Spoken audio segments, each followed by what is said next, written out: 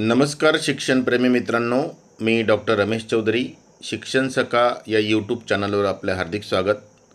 महाराष्ट्र शासन शिक्षण संचालनालय माध्यमिक व उच्च माध्यमिक यांचं एक महत्त्वपूर्ण पत्र आहे. पत्र आहे परक राष्ट्रीय सर्वेक्षण 2024मधील प्राप्त अहवालानुसार इयत्ता 6वी व 9वी संपादनूक अहवालानुसार माध्यमिक शाळांमध्ये विद्यार्थ्यांसाठी उपचारात्मक अध्यापन करण्याबाबत हे पत्र माध्यमिक संचालनालयाकडून आलेलं आहे आणि सर्व विभागीय उपसंचालक, शिक्षणाधिकारी, माध्यमिक शिक्षण निरीक्षक यांच्यासाठी आहे. प्रशासन अधिकारी नपा. तर या पत्राचा मूळ संदर्भ असा आहे की या पत्रामध्ये परक राष्ट्रीय सर्वेक्षण 2024 जे झालेलं होतं त्यातील जे अहवाल आलेले आहेत त्या अहवालामध्ये इयत्ता 6वी आणि 9वीचे महाराष्ट्र राज्याची विषयनिहाय संपादनूक ही कमी आहे आणि या संपादनुकीमध्ये वाढ व्हावी यासाठी हे पत्र आहे.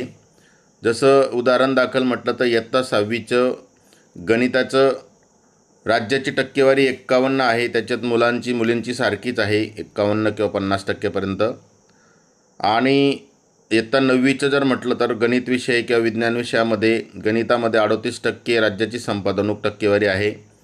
मुलींची 37, मुलांची 38, विज्ञानाची 42% आहे. तर हे जर आपण बघितलं तर भाषा, गणित, आपल्या सभोवतालचं जग हे 3 विषय 6वीसाठी आणि 9वीसाठी भाषा, गणित, विज्ञान आणि सामाजिक शास्त्र यांची टक्केवारी जर बघितली तर ती कमी दिसून येत आहे. म्हणून या सर्वेक्षणच्या अनुषंगाने परक राष्ट्रीय सर्वेक्षणच्या अनुषंगाने भाषा, गणित आणि आपल्या सभोवतालचे जग, विज्ञान आणि सामाजिक शास्त्र हे जे विषय आहेत यांच्या संपादनुकीची टक्केवारी 50%च्या आसपासच आहे. त्यामुळे इयत्तानिहाय ठरवून दिलेले अध्ययन निष्पत्ती विद्यार्थ्यांनी अजूनही पूर्ण करून घेतलेल्या दिसून येत नाहीत असं अहवालावरून स्पष्ट दिसतं. याचा अर्थ 50%च संपादनूक विद्यार्थ्यांची झालेली आहे. त्यामुळे आपण मूल्यमापन चाचण्यानुसार जर इयत्तानिहाय विद्यार्थ्यांचं अध्ययन निष्पत्तीनुसार वर्गीकरण केलं तर याच्यातून आपल्याला समजेल की आपले विद्यार्थी किती प्रमाणात यात संपादनूक पातळीत पोहोचत आहेत. त्यानुसारच आपल्याला पुढे जायचं आहे. तर विद्यार्थी ज्या अध्ययन निष्पत्तीमध्ये कमी आहेत अशा अध्ययन निष्पत्तीमध्ये पूर्ण करून घेण्यासाठी शाळा स्तरावर संबंधित शाळेच्या मुख्याध्यापकांनी नियोजन करणं आवश्यक आहे.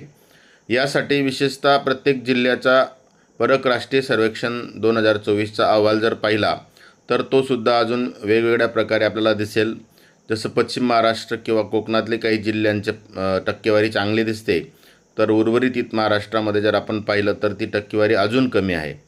तर या व्हिडिओच्या माध्यमातून मी सर्व शिक्षकांना आणि मुख्याध्यापकांना सांगेल की आपल्याकडे परक राष्ट्रीय सर्वेक्षण 2024 झालं आणि त्या परक राष्ट्रीय सर्वेक्षणाच्या अनुषंगाने इयत्ता 3री, 6वी आणि 9वीच्या अध्ययन निष्पत्तीची टक्केवारी आपापल्या जिल्ह्याची पाहून आपण अध्ययन निष्पत्ती पूर्ण करून घेण्यासाठी आपण प्लॅन केला पाहिजे.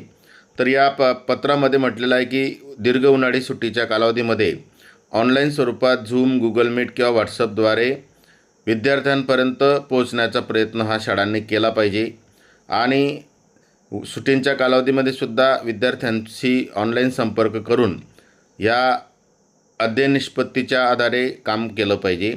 कारण की येत्या काळामध्ये पुन्हा परक राष्ट्रीय सर्वेक्षण 2027मध्ये होणार आहे. तोपर्यंत आपल्याला आपल्या विद्यार्थ्यांची अध्ययन निष्पत्तीची वाढ करण्यासाठी अपेक्षित वेळ आहे.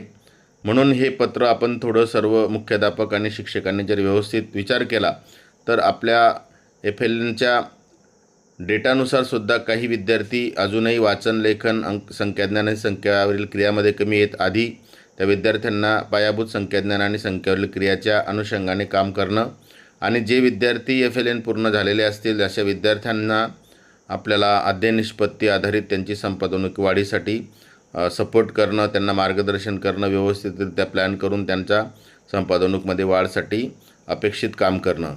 तर हा अहवाल आपण सर्वांनी वाचावा.